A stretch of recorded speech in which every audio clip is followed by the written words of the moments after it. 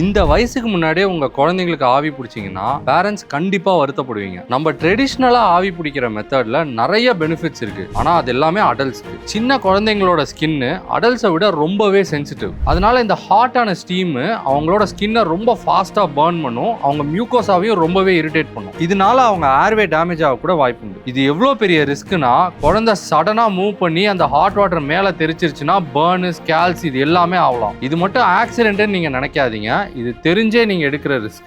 நான் சொன்ன இதெல்லாமே 2 வயசுக்கு கம்மியா இருக்கிற குழந்தைங்களுக்கு சேஃபே இல்ல, கண்டிப்பா பண்ணக்கூடாது. உங்க குழந்தைக்கு சளி இருக்குன்னா ஒரு பாத்திரத்துல ஹாட் வாட்டரை குழந்தை தூங்குற அதே ரூம்ல ஒரு சேஃப் டிஸ்டன்ஸ்ல வச்சீங்கன்னா அந்த ஹியூமிடிட்டிலேயே சளி நல்லா கரையும். ஆவி பிடிக்கணுங்கிற அவசியமே இல்லை. அப்பயும் சரியாலையா, சலைன் நேசல் டிராப்ஸ் போட்டு ட்ரை பண்ணுங்க. அதுக்கப்புறமும் சரியாலனா கண்டிப்பா ஒரு பீடியாட்ரிஷியன் இல்ல ஒரு ENT டாக்டர் போய் பாருங்க. இதே மாதிரி அடல்ட்ஸ் பண்ற எதெல்லாம் குழந்தைங்க பண்ணக்கூடாதுன்னு நான் சொல்றேன்.